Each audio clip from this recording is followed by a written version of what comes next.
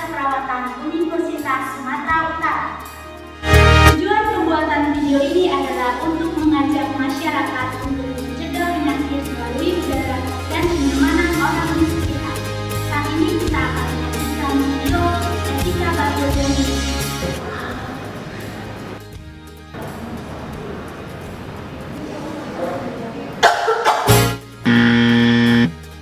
Dalam kehidupan sehari-hari, refleks batuk dan bersin sering terjadi, dan tanpa kita sadari, saat kita batuk ataupun bersin, telah terjadi penularan penyakit melalui udara bebas. Hal ini terjadi karena kuman infeksius yang menular kepada orang di sekitar. Ini kita akan belajar bagaimana etika batuk yang baik dan benar.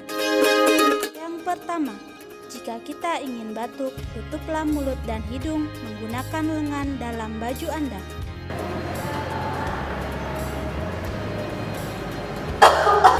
Yang kedua, gunakan masker yang menutupi hidung dan mulut pada saat batuk.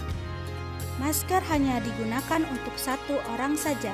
Setelah masker selesai digunakan, masker dibuang ke tempat sampah infeksius.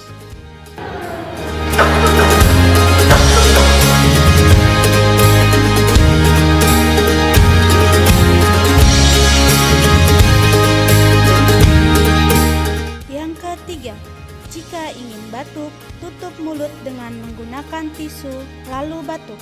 Tisunya langsung dibuang pada tempat sampah infeksius.